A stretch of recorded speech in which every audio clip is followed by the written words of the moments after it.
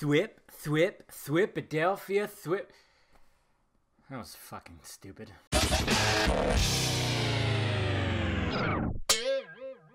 What's happening, film friends? Dave the Film Junkie here, bringing you a film review of Spider-Man Into the Spidey-Verse. This is an animated feature, which, it's from Phil Lord and Chris Miller. Those are the main guys that are really trying to bring it out there. Like, if you look at the credits, Phil Lord's only credited for writing.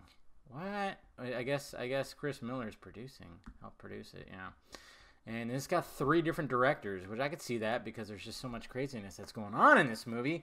And what this movie is about, well, it's about, Miles Morales, who is very much trying to figure out his place in life, He's living in Brooklyn, and instead of going to public school, his parents are like, hey, you have an opportunity, you have a bright mind, we're going to send you to this private school, and you're going to learn and be the best you can. But the thing is, Miles doesn't really feel like he fits there. He doesn't have the best relationship with his dad, but he has a pretty good relationship with his uncle. And if you know anything about Miles Morales and his uncle, his uncle's not, well, let's just leave it at that. And then he gets bitten by a radioactive spider, and the rest is history, of course. He stumbles onto the fact that a certain big-ass motherfucker named Kingpin has this device, this big machine called the Collider that is opening up wormholes and shit like that, and it ends up pretty much bringing in different Spider-Man, from different universes, and it's pretty crazy, it's pretty nutty. So now,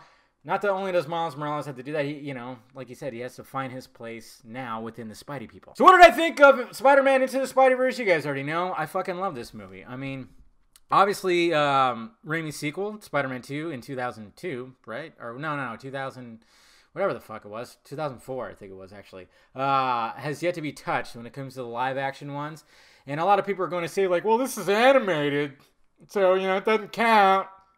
To which I say, fuck off. Just because it's animated doesn't mean it doesn't have, there's no excuses for it. I mean, it's still a good fucking movie.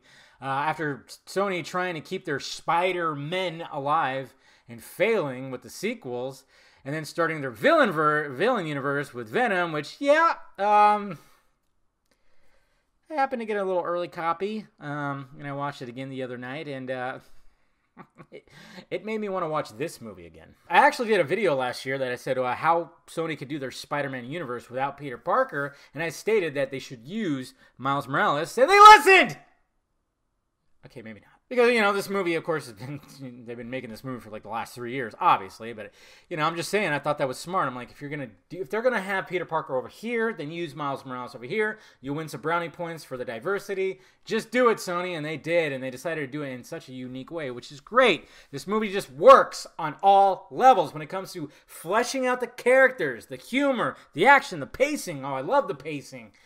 It all just works with minimal development of the movie's big baddie, which, is Kingpin, but that's what Netflix's Daredevil was all about. And thank God we still have his shit. Now, I won't spoil anything, but they do something here that wasn't really made clear in the trailers. It kind of I was like, oh, it threw me off a little bit because I was going, well, wait a minute, what the, and it has to do with Peter Parker because obviously, in the trailer we know, like, Peter Parker is he's older, a little goofier, just he's been doing it for a while. He's kind of burnt out, whatever. And I was pleasantly surprised how they made it work. And there's also quite a bit of Easter eggs from previous Spider-Man movies. It's just really good. But one of the best recurring jokes is anytime they were introducing a new Spider person, it's just the way that they did it was just so, it kept being like a reoccurring thing, and it just worked. And yes, guys, it's loaded with humor, but it's really good humor, and it works perfectly with the pacing. I mean, it's so well written, okay? Yes, it can, it can get a little cartoony at times. What do you expect? It's got Spider-Ham in it. But when the drama needs to be there, it's there. Oh, is it there? My God. And it'll pull at those heartstrings. It doesn't get ruined by a fucking stupid joke. And they really go for it with Miles' character, who is struggling, like I said, to find his place in his little world of what everything's doing. And then you get bitten by a spider, you get these superpowers, and also multiple spider people, and now you got to fit with them, and you got to find your way. And I must say, guys, for you Man of Steel fans out there, with a first flight, yeah, you kind of have a first thwip or a first swing. with Miles, and it's phenomenal. But yeah, he's just got to find his place, you know, like I said, within his normal world and with this world, and layers, man. It's all about layers. The animation is pretty groundbreaking. They take that old style comic books, you know, that from the 60s, 50s, whatever. I forgot what they call it, but you can actually see like the dots sometimes if you like look really closely. You know how it is? They take that and they just make it 3D, and it just looks absolutely beautiful, just gorgeous. The action is there. It's just so nicely done. And yes, guys, it does have post-credit scenes, and the very last one you want to stay for. You want to stay for it. Probably one of the best CBM post-credit scenes ever. Is freaking the theater lit up. So am I gonna put it on the favorite films of 2018? Of course I am. Get up there. So good. Go watch it, guys. Do not sleep on this movie, okay? I'm not seeing the hype that I was seeing for Venom, sadly. You know, this movie is so much better.